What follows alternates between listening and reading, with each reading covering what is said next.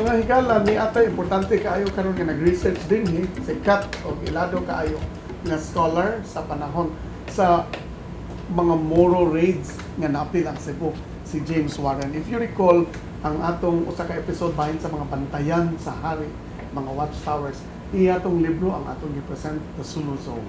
So Dr. Warren, you're here because you're doing something, no? You're doing research.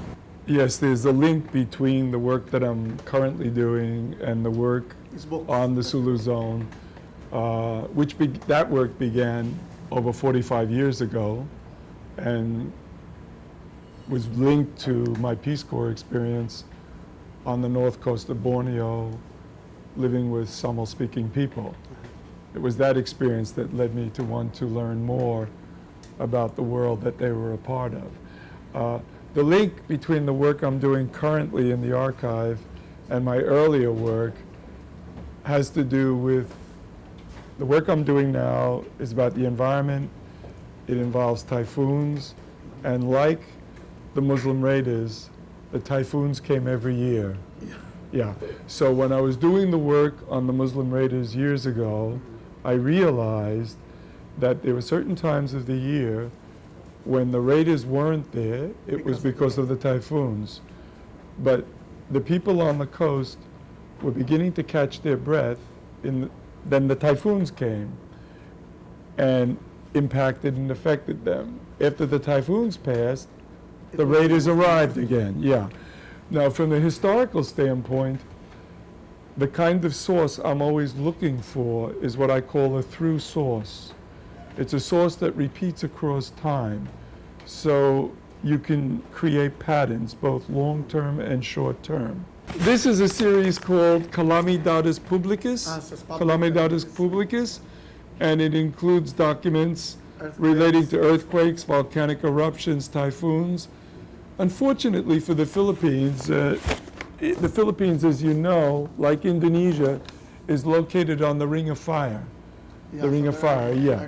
So the earthquakes, volcanic eruptions, and in the case of the Philippines, while Indonesia sits what in Malay they call di bawah angin, below the tanah di bawah angin, the land below the wind, below the equator.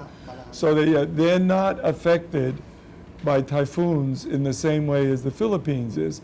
So the eastern side of the Philippines especially, que lastima, you know, I mean, in terms of the typhoons being spawned in the Pacific, in Carolinas, the Marianas, then sweeping east, every year hit the east coast of the Philippines. And nowadays, the problem is, through no fault of the Filipino people, as a result of climate variability and change, over the centuries, but especially since the 1970s, the size of these storms and the intensity of them have increased dramatically, yeah.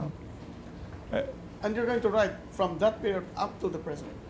Well, the typhoon study, which I've been working on for a quarter of a century, covers the period from effectively 1565 to 2008.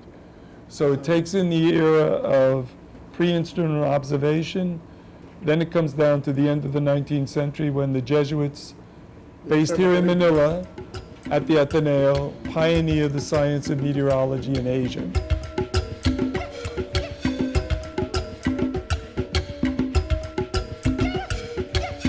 Higala ni ata karon gihapon sa research room sa National Archives. Ug kauban nato si Joshua Ida, usa ka doctoral student nga naka-base sa UP Diliman, but from the University of Wisconsin-Madison, no? Under ni siya sa usa sa mga sikat pud kaayo nga mga scholar sa Philippine historiography and history, si Dr. Almacoy. So Joshua, what are you doing here? What materials are you working on? I'm actually looking at the Mindanao and Sulu collection, so I guess you could say I'm following in the footsteps of Dr. Warren. My research is not about typhoons. But so you agreed to come here together, or it just, no, it just happened that it's happenstance that we're here at the same time, though we've met before. What are you trying to work on? I'm doing a study of Mindanao and Sulu, actually, mainly under American colonial rule in the last 2 decades of Spanish rule. So I'm kind of trying to find background information about the encounters between Spanish colonial rulers and Moros in Mindanao.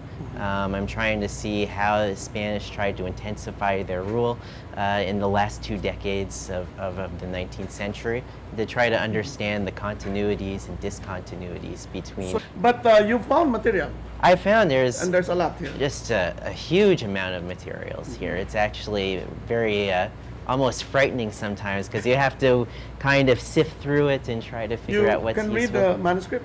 I can read manuscripts. I have some background reading Spanish, so it's a That's good. slow process, but It's not a problem. it's not a problem. How long have you been here, coming every day? I've been in the Philippines since the end of August, but I've been also doing work elsewhere in Manila and in Mindanao. How long are you going to be here in the National Archives? I'll be in the National Archives for on and off for 2 months. So now So through the you think, how many Facebook, pages have you sifted through? how many pages already? It's probably thousands of pages. And, Thousands already. and it'll probably You go well photocopied- into the tens of thousands. I photocopied a photocopied few, and also I use digital photography And too. you're funded by Fulbright. Funded by Fulbright, which is an exchange It's program great to be between. funded. I'm very fortunate. I'm a very lucky, Yes, lucky person. You are one of the So- lucky few. How many of you are here working in the National Archives? Fulbright scholars.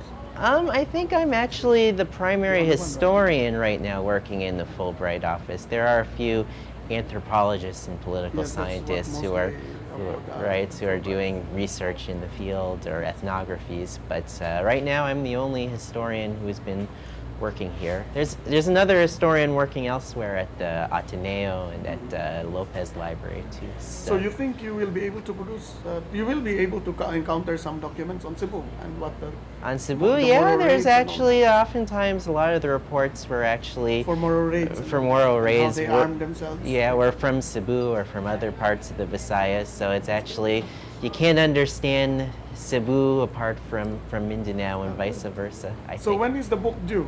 I mean the dissertation. Dissertation, if all goes well, maybe 2 more years. 2 more And then you years. publish. Then I'll publish With a few Ateneo, years. probably, or UP Press. Ateneo, I would be very honored to publish with Ateneo Press. So. Og dinhi mga higala, natapos na usab ang atong laing episode sa pasundayag nga Kabilin. Hinaot unta aduna kitay nakatunan niining atong hamupong programa. Sa sunod na po natong panagkita, kini ang inyong host si Jojo Bersales.